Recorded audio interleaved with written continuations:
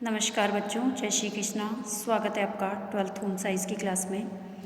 तो बच्चों, हम 4th इकाई पढ़ने जा रहे हैं, जिसके अंदर 28वां लेसन, जिसका नाम है पारिवारिक आय। देखो बच्चों, इस लेसन के अंदर हम पारिवारिक आय क्या है, किसे कहते हैं पारिवारिक आय, पारिवारिक आय का वर्गीकरण या पारिवारिक आय के प्रकार, पारिवारिक आय के स्रोत क्या क्या हैं और पारिवारिक आय को बढ़ाने के क्या क्या साधन हैं, इन सभी बातों के बारे में हम इस लेसन के अंदर अध्ययन करेंगे। तो चलते हैं बच्चों हम टेक्स्ट बुक की ओर। देखिए बच्चों, परिवार की आवश्यकताओं की पूर्ति के लिए धन बहुत ही महत्वपूर्ण स्थान है और धन के अभाव में हमारा जीवन बड़ा ही कष्टदायी होता है, दयनीय होता है, तनावग्रस्त होता है। घर में भी जो है खुशियाँ नहीं रहती है, तनाव रहता है, परेशानियाँ रहती है ना, कई प्रकार की समस्याएँ आती है। तो हम कह सकते हैं कि हमारे परिवार की आवश्यकताओं की पूर्ति करने के लिए धन ही एक सबसे महत्वपूर्ण साधन है और इसके अभाव में व्यक्ति जो होता है वो अपनी आवश्यकताओं को भी पूरा नहीं कर पाता और जिससे उनकी कार्य क्षमता भी प्रभावित होती है।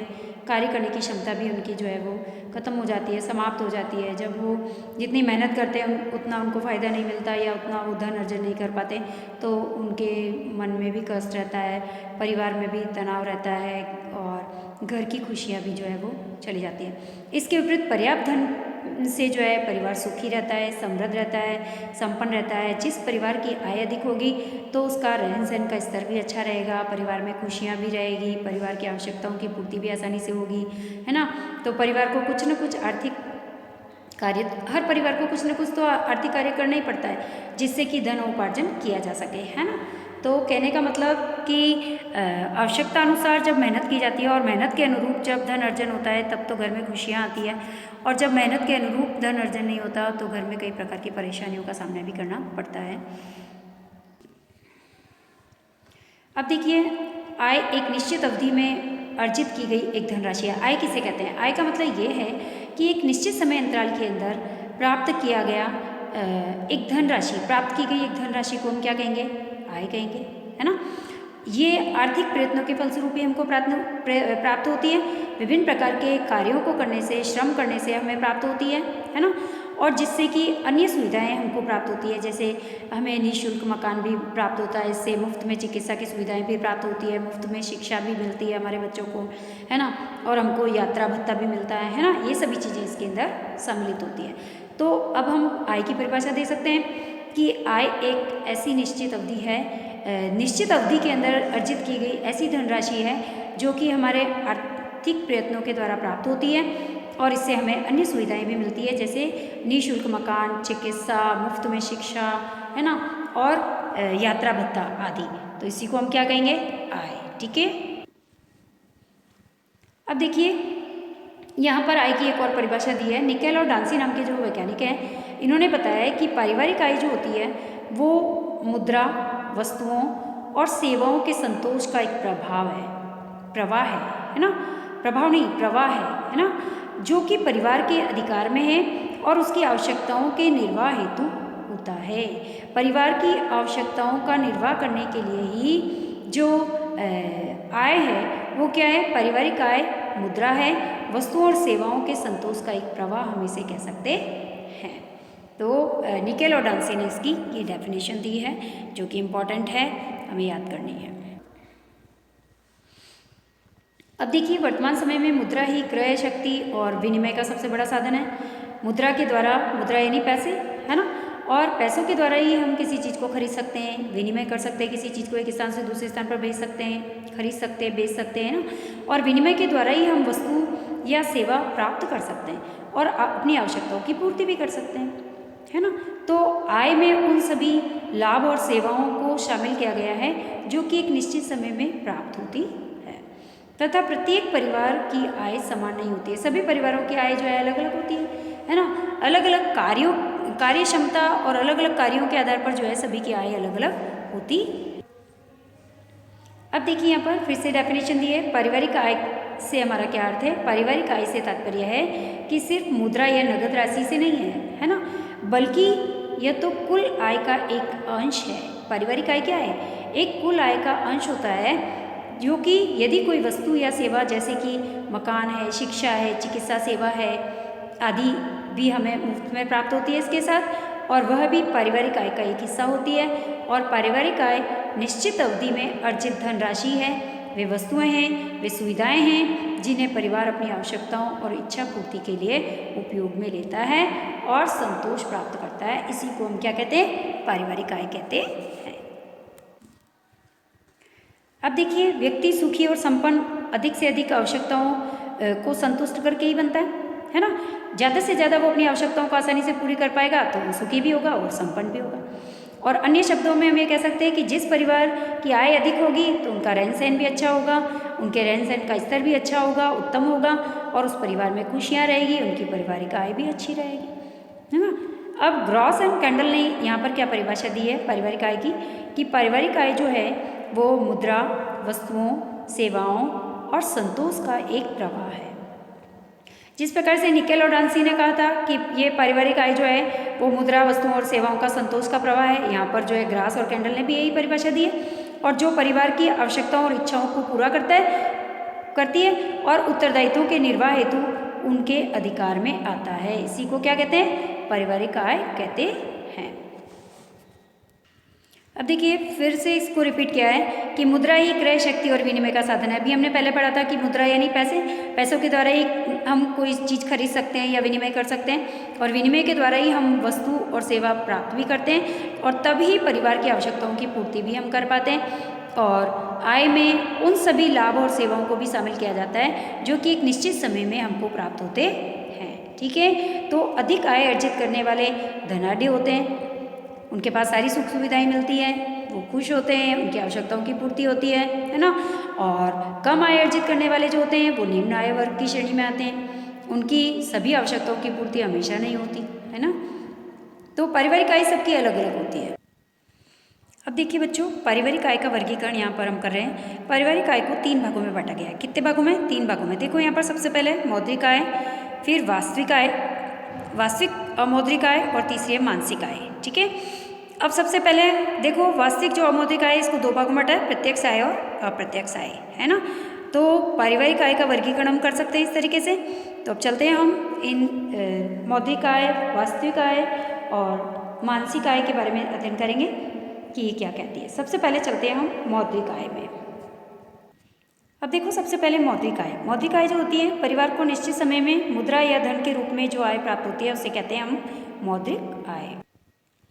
अब देखिए, मौद्रिक आय जो होती है विभिन्न प्रकार के आर्थिक प्रयासों से प्राप्त होती है, अर्थात कि वे कार्य जिनके द्वारा हम धनार्जन करते हैं, जिन कार्यों के बदले हमें आय प्राप्त होती है ना। जो भी कार्य हम करते हैं जिसके बदले में हमको अर्निंग होती है तो उसे हम कहते हैं मौद्रिक आय। मौद्रिक आय जो होती है परिवार को विभिन्न स्रोतों से प्राप्त हो सकती है, जैसे मौद्रिक आय पिता की संपत्ति से प्राप्त हो सकती है, या फिर कोई दुकानें हमारी किराए पर चल रही है तो उससे हमको मौद्रिक आय प्राप्त हो सकती है, या फिर हम कहीं पर काम कर रहे हैं तो वहाँ का वेतन जो आ रहा है तो उससे मौद्रिक आय प्राप्त हो सकती है, या मजदूरी कर रहे हैं कहीं पर तो उससे जो वेतन मिलता है उसको मौद्रिक आय कहेंगे, या किसी से हमको उपहार मिल रहा है तो वो भी मौद्रिक आय में आएगा, या कोई लॉटरी खुल गई है हमारे लिए तो वो भी क्या आएगी? मौद्रिक आय में आएगी। तथा यह दैनिक, साप्ताहिक, मासिक और वार्षिक भी हो सकती है। मौद्रिक आय जो होती है ये दैनिक भी होती है, साप्ताहिक भी होती है, मासिक भी होती है और वार्षिक भी होती है।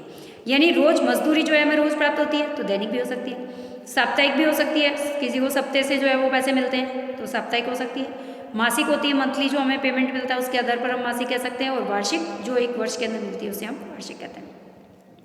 यह कार्य विशेष पर निर्भर करता है कि हमारा कार्य कैसा है। ठीक है, अब मौद्रिक आय जो होती है एक व्यय शक्ति है तथा जिसके खर्च से व्यक्ति अपनी आवश्यकताओं की पूर्ति कर सकता है।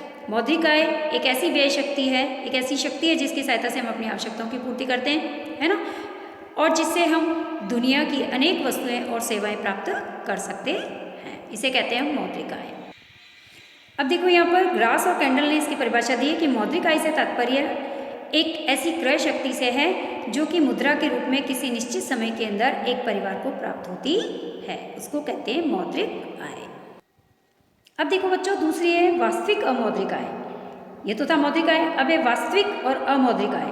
तो विशेष अवधि में प्राप्त होने वाली वस्तुओं और सेवाओं को वास्तविक आय कहते हैं, और इन वस्तुओं और सेवाओं को परिवार या अपने पारिवारिक व्यक्तियों जैसे मित्रों आदि से यदि प्राप्त होती है, या फिर बिना मुद्रा खर्च किए ही सुविधा प्राप्त होती है, जैसे कि मुफ्त में चिकित्सा सुविधा है, उपहार है, मकान है, तो ये क्या कहलाएंगे? वास्तविक अमौद्रिक आय कहलाते हैं।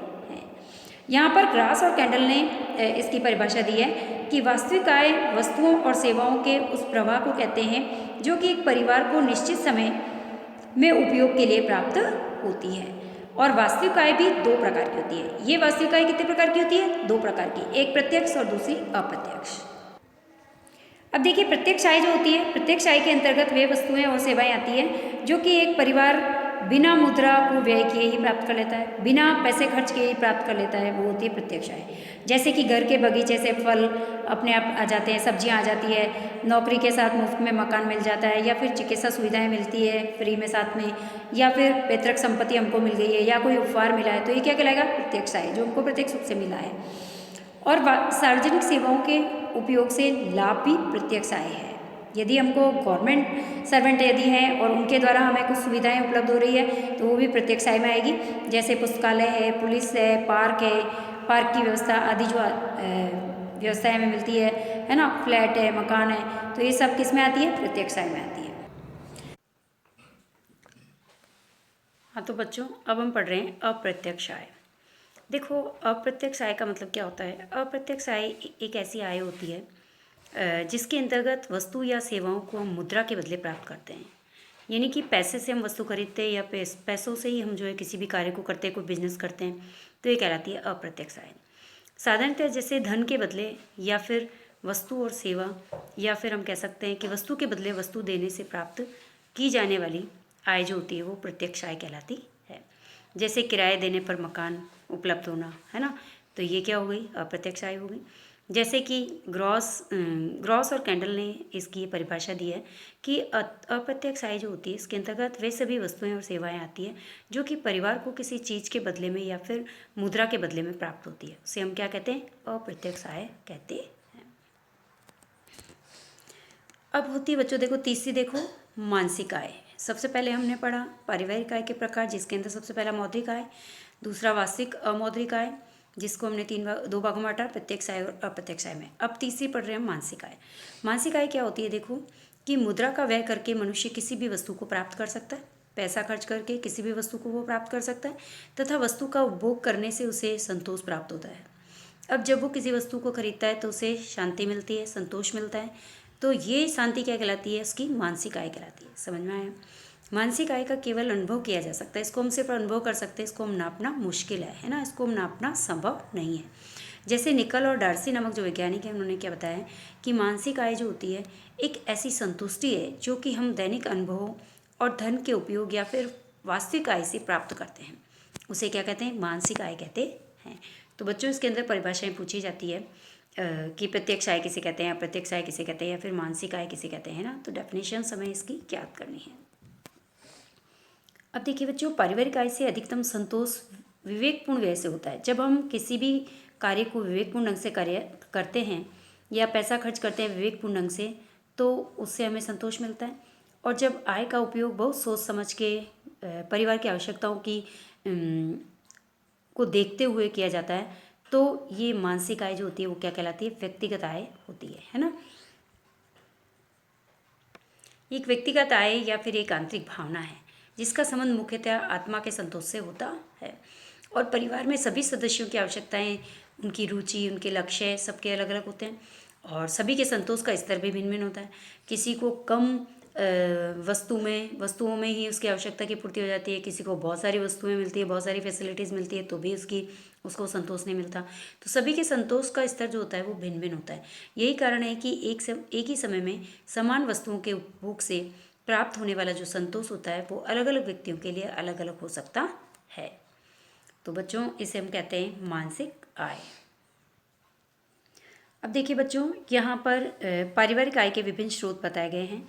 पारिवारिक आय के स्रोत को एक ट्री के द्वारा यहाँ पर दर्शाया है। ये पारिवारिक आय के स्रोत हैं। तो देखिए, इसके अंदर पारिवारिक आय पैतृक संपत्ति से हमें प्राप्त हो सकती है, या फिर कभी लॉटरी के द्वारा हमें जो है वो पारिवारिक आय प्राप्त हो सकती है, या फिर हम कह सकते हैं कि किसी के द्वारा दिए गए उपहार से हमें प्राप्त हो सकती है, या फिर हम कह सकते हैं कि हमें जो है किसी लाभ या फिर बोनस से हमें प्राप्त हो सकती है, या किसी भत्ते से प्राप्त हो सकती है, या फिर दुर्घटना से प्राप्त राशि हो सकती है, या फिर लगान किराया जो है जैसे खेतों के अंदर लगान किराया लेते हैं तो उससे भी हमें जो है आय प्राप्त होती है, या फिर ब्याज से भी प्राप्त होती है, वेतन से भी प्राप्त होती है, मजदूरी से भी प्राप्त होती है, पेंशन से, ग्रेच्युटी से भी मिलती है ना। तो हम कह सकते हैं कि पारिवारिक आय के बहुत सारे स्रोत हैं और इन सभी स्रोतों को अब हम डिटेल में अध्ययन करने जा रहे हैं। तो बच्चों, इसके ऊपर प्रश्न भी बनता है कि पारिवारिक आय के प्रमुख स्रोत क्या है। तो ये सारे ही स्रोत हमें याद करने हैं, है ना।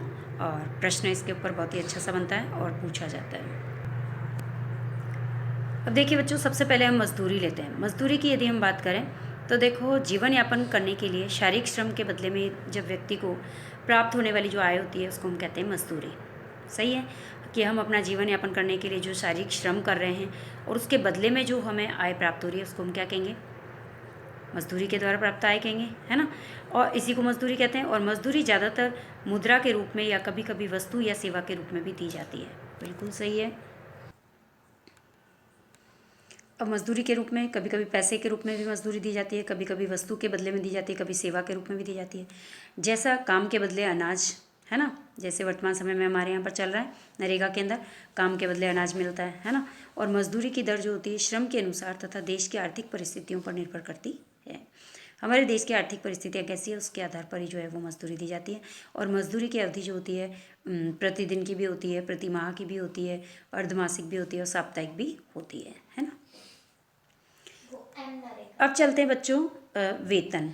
वेतन की बात करें तो कई कार्यों को पूरा करने के लिए हम शारीरिक श्रम के साथ साथ मानसिक श्रम भी करना पड़ता है तथा उसके प्रतिफल से प्राप्त होने वाली जो आय होती है उसको हम वेतन कहते हैं। समझ में आया वेतन किसे कहते हैं? यह व्यक्ति की कुशलता, उसका कौशल, उसके स्किल्स, उसकी शिक्षा, उसकी एबिलिटी, उसकी कार्य करने की प्रवृत्ति, उसका अनुभव, एक्सपीरियंस और उसका श्रम, उसकी मेहनत और उसके पद के अनुसार उसको मिलता है। अब अधिक वेतन पाने के लिए आवश्यक है कि वेतन जो है अधिकतर जो वेतन होता है वो मासिक तौर पर ही दिया जाता है और वेतन वृद्धि वार्षिक होती है। हर वर्ष जो होती है वेतन के अंदर वृद्धि होती है तथा वेतन में महंगाई भत्ता है, मकान का किराया है, यात्रा भत्ता है, वाहन सुविधाएं आदि भी इसके अंदर शामिल होती है। इसे हम कहते हैं वेतन। अब देखो बच्चों, ब्याज तीसरा प्रमुख स्रोत क्या है आय का? ब्याज। ब्याज के द्वारा कैसे मिलता है? जैसे कि हमारे पास 1 लाख रुपये है तो हम उसको क्या करेंगे, उसको हम जमा कर देंगे बैंक के अंदर और बैंक के अंदर जमा करके हम उसका एफडी करवाएंगे या उसको जमा कर दिया, हमने फिक्स कर दिया। अब जब हमने उसको या किसी उद्योग के अंदर विनियोग कर दिया, हमने किसी ऑफिस में कर दिया या बैंक में कर दिया, ठीक है। अब इसके बदले में मूलधन के अतिरिक्त जो भी हमको ब्याज मिलेगा, जो प्रतिदिन जो पैसा मिलेगा वो क्या कहलाता है? उसका ब्याज कहलाता है। और ब्याज के रूप में प्राप्त जो धनराशि होती है वो सामान्यतया हम देखते हैं कि वेतन और मजदूरी से कम होती है। जो ब्याज के रूप में राशि मिलती है वो वेतन और मजदूरी दोनों से ही कम होती है। ब्याज एक ऐसी आय होती है जो हमेशा बदलती रहती है। बिल्कुल सही है। ये धनराशि जो होती है वेतन से अधिक हो जाती है और ब्याज की दर जो होती है ऋण की प्रकृति पर निर्भर करती है ना। और समय समय पर ये घटती बढ़ती रहती है, तो इसे कहते हैं हम ब्याज। अब देखो, अगला हमारा स्रोत है बच्चों लगान या किराया। देखो, हमारी कोई भूमि है, यदि हमने किसी को कार्य करने के लिए दी है, हमारा कोई खेत है जो हमने किसी को उपयोग में लेने के लिए दिया है, तो हम उससे प्रतिफल में लगान वसूल करते हैं, है ना। उससे जो किराया लेते हैं, उससे जो उसके बदले में जो पैसा लेते हैं वो क्या कहलाता है? हमारा लगान या फिर किराया कहलाता है ना। इसी प्रकार जब कोई व्यक्ति अपना मकान या अन्य व्यक्ति को रहने के लिए देता है तो वह व्यक्ति जो होता है रहने के बदले में मकान मालिक को एक निश्चित राशि देता है, उसी को हम किराया कहते हैं, है ना। और जब खेत दिया जाता है तो खेत के अंदर जो भी फसल होती है या उसका 1/4 या हाफ जो भी लिया जाता है उसे हम क्या कहते हैं? अनाज भी लिया जा सकता है या फिर पैसा भी उसके बदले में लिया जा सकता है, इसको हम लगान भी कहते हैं। तो लगान और किराए के द्वारा भी जो है हमें आय प्राप्त होती है। अब चलते बच्चों, हमारा 5वां स्रोत है लाभ। आय का 5वां स्रोत लाभ कैसे है? देखो, कई व्यक्ति जो होते हैं अपनी पूंजी का विनियोग करके उद्योग और व्यापार करते हैं, यानी अपनी पूंजी का उपयोग करके कोई बिजनेस करते हैं, कोई धंधा करते हैं, है ना। अब क्या होता है कि किसी वस्तु का उत्पादन करके उसको बेचते भी हैं, है ना, या तो होलसेल में सामान खरीद के लाते हैं फिर उसको वापस बेचते हैं। तो उत्पादन के साधनों की जो लागत का वितरण है वितरण करने के बाद जो पैसा व्यापारी के पास बचता है, यानी कि हमने खरीदा और फिर उसको बेचा, तो बेचने में जितने में हमने उसको खरीदा था उस पैसे को अलग करने के बाद जो भी शेष बचता है वो क्या कहलाता है? लाभ कहलाता है। और लाभ जो होता है उद्योग की प्रवृत्ति पर निर्भर करता है, अपने साहस पर निर्भर करता है, अपने प्रबंधन पर, अपनी कुशलता पर, अपने स्किल पर निर्भर करता है। और लाभ कम या ज़्यादा भी हो सकता है। कोई ज़रूरी नहीं है कि लाभ हमेशा में ज़्यादा ही ज़्यादा हो, कभी कम भी हो जाता है, कभी ज़्यादा भी हो जाता है। बिजनेस में लाभ जो है कम ज़्यादा होता रहता है। तो लाभ से भी हमें जो है एक अतिरिक्त आय का स्रोत है हमारा। अब देखो पेंशन और ग्रेच्युटी, ये भी एक आय का स्रोत है बच्चों। कैसे? देखो एक निश्चित उम्र के पश्चात एक व्यक्ति जब नौकरी करता है तो एक निश्चित उम्र के पश्चात व्यक्ति जो है नौकरी से सेवानिवृत्त हो जाता है, रिटायर हो जाता है। अब वो जब रिटायर होने के बाद मिलने वाला जो निरंतर मासिक आय होती है वो तो पेंशन कहलाती है। ठीक है। अब पेंशन की राशि जो होती है सेवानिवृत्ति के समय मिलने वाले वेतन पर ही निर्भर करती है। अब वेतन का 50% जो होता है पेंशन के रूप में प्रतिमाह सेवानिवृत्त व्यक्ति को मिलता रहता है। कितना? 50%। ठीक है। और इसी प्रकार सेवानिवृत्ति के समय कर्मचारी को एक निश्चित राशि जो होती है वो संस्थान के द्वारा जहाँ वह कार्य कर रहा होता है वो प्रदान की जाती है। इसको हम क्या कहते हैं? ग्रेच्युटी कहते हैं, है ना। जैसे 10 साल के बाद या 7 साल के बाद या 5 साल के बाद, है ना। तो एक निश्चित राशि उस संस्थान के द्वारा कार्य कर रहे व्यक्ति को जो दी जाती है उसे हम कहते हैं ग्रेच्युटी। अब एक मुश्त राशि ये होती है ग्रेच्युटी, और पेंशन के समय नियमित रूप से लगातार नहीं दी जाती है ना। ग्रेच्युटी एक ही बार में दी जाती है और पेंशन जो होती है वो निरंतर मिलती है और अपने वेतन का 50% होता है ना। तो वृद्धावस्था में पेंशन और ग्रेच्युटी आय के उत्तम साधन है। वृद्धावस्था के अंदर यही पेंशन और यही ग्रेच्युटी हमारे जो है वो काम आती है और हमारी आय का स्रोत होता है ये।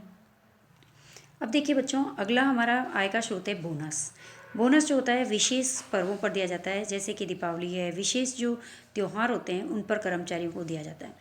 अब इसके अंदर क्या होता है देखो कि ये हम कह सकते हैं कि व्यक्ति की एक अतिरिक्त आय होती है जो संस्था के लाभ पर निर्भर करती है। वो जहाँ कार्य कर रहा है उस संस्था के लाभ पर निर्भर करती है। यदि उस संस्था को अच्छा लाभ हो रहा है तो विशेष त्योहारों पर जो है जैसे दीपावली है, इन पर कर्मचारियों को 1 मास का अतिरिक्त वेतन भी दिया जा सकता है, या फिर बोनस के रूप में कभी गिफ्ट्स भी दिए जा सकते हैं, या फिर मिठाई भी दी जा सकती है ना। मतलब अकॉर्डिंग टू संस्था के लाभ के अनुसार जो है वो बोनस दिया जाता है। ये भी बोनस जो होता है ये भी कर्मचारियों के लिए एक अतिरिक्त आय का साधन है। अब देखिए बच्चों, भत्ता भी जो है आय का एक प्रमुख स्रोत है। जैसे कि वेतन के अलावा कर्मचारियों को कई प्रकार के भत्ते दिए जाते हैं, जैसे कि हम कह सकते हैं महंगाई भत्ता है, यात्रा भत्ता है ना। तो इस प्रकार के भत्ते जो हैं ये भी क्या है? एक अतिरिक्त आय के ही स्रोत हैं। ये भी संस्था के सिस्टम के अनुसार ही जो है सभी को प्रोवाइड किए जाते हैं। अब देखिए बीमारी और दुर्घटना से प्राप्त राशि, ये भी एक अतिरिक्त आय का स्रोत है। जैसे कई संस्थान जो होते हैं अपने कर्मचारियों को बीमार होने पर या फिर दुर्घटना हो जाने पर या दुर्घटना हो जाने पर सुरक्षा और आर्थिक सहायता के रूप में औषधियों का व्यय देते हैं, है ना। मतलब औषधियाँ फ्री करवाते हैं या फिर चिकित्सा का खर्च जो है वो फ्री करवाते हैं, है ना। आदि की आर्थिक सहायता दी जाती है, कई संस्थानों के द्वारा दी जाती है। तो ऐसे लाभों को मेडिकल या फिर उपचार सहायता भी हम कह सकते हैं, है ना। तो हम कह सकते हैं बीमारी और दुर्घटना से प्राप्त जो राशि होती है तो वो भी एक आय का अतिरिक्त साधन है। देखिए बच्चों, अगला पॉइंट है रॉयल्टी। रॉयल्टी किसे कहते हैं? देखो, एक लेखक जो होता है इसको पुस्तक की बिक्री के अनुपात में प्रकाशन के द्वारा जो दी गई राशि है वो कहलाती है रॉयल्टी। प्रश्न आता है रॉयल्टी किसे कहते हैं, है ना। तो जो लेखक है जो बुक लिखता है तो उस लेखक को पुस्तक की जब बिक्री हो जाती है तो उसके अनुपात में प्रकाशक के द्वारा जो भी धनराशि अतिरिक्त दी जाती है उसको कहते हैं रॉयल्टी, है ना। और ये जो धनराशि होती है ये बिक्री से प्राप्त जो राशि होती है उसके निश्चित प्रतिशत के रूप में पहले से ही लेखक और प्रकाशक के बीच में समझौते के द्वारा जो है वो पहले से डिसाइड कर ली जाती है और उसके आधार पर ये दी जाती है। इसको हम कहते हैं रॉयल्टी। ठीक है। अब चलते बच्चों उपहार। उपहार भी एक जो है अतिरिक्त आय का स्रोत है। जैसे कि जन्मदिवस पर, त्यौहार पर अपने मित्रों रिश्तेदारों के द्वारा जो भी धनराशि के रूप में वस्तुएं दी जाती है या फिर धनराशि दी जाती है उपहार के रूप में, तो वो क्या है? वो भी एक अतिरिक्त आय का सोर्स ही है, तथा इसे भी हम उपहार भी कहते हैं। और इससे परिवार की आय में वृद्धि भी होती है, परंतु ये नियमित आय नहीं होती है ना। उपहार की राशि निजी संबंधों, अपने व्यवहार, अपने निजी संबंध और अवसर के अनुकूल जो है होती है। अपनी आर्थिक क्षमता के अनुसार ये भिन्न भिन्न हो सकती है। तो उपहार के द्वारा भी आर्थिक जो है हम कह सकते हैं कि आय का एक प्रमुख स्रोत है, लेकिन ये नियमित आय नहीं कहलाती है ना। अब चलते हैं बच्चों, अगला सोर्स है हमारा लॉटरी। देखो इससे लॉटरी से प्राप्त धनराशि, जैसे जैसे हमने कभी कोई कूपन लिया और वो कूपन खुल गया और लॉटरी हमारी निकल गई, तो इससे प्राप्त जो धनराशि होगी या वस्तुएं होगी वो परिवार का आय का एक साधन ही होगा, है ना। तो लॉटरी जो होगी वो टिकट बेचने में हजारों लोगों को कमीशन के रूप में इससे आय होती है ना। और पुरस्कार के रूप में टिकट खरीदने वालों को भी आय प्राप्त होती है। तो हम कह सकते हैं लॉटरी भी जो एक प्रकार का अतिरिक्त आय का साधन है। अब बच्चों अगला पॉइंट है हमारा पैतृक संपत्ति। पैतृक संपत्ति एक सबसे बड़ा सोर्स है आय का। किसी भी व्यक्ति की मृत्यु हो जाने के बाद जब उसके उत्तराधिकारियों को उसकी संपत्ति जो प्राप्त होती है वो उसके आय का एक सोर्स कहलाता है। तो पैतृक संपत्ति भी एक आय का सोर्स है। तो बच्चों इस प्रकार हमने आय के सोर्स हमने देखे। ये आय के सोर्स टोटल कितने हुए? 13 आय के सोर्स हैं, जो कि हम इन सोर्सों के द्वारा जो है अपनी आय में वृद्धि और कमी होती रहती है समय के अकॉर्डिंग, और ये भिन्न भिन्न होती, अलग अलग परिवारों में भिन्न भिन्न होती है। तो बच्चों आज हमारी क्लास यहीं कंप्लीट होगी, और धन्यवाद बच्चों। जय श्री कृष्ण। नेक्स्ट टॉपिक हम नेक्स्ट क्लास के अंदर कंटिन्यू करेंगे।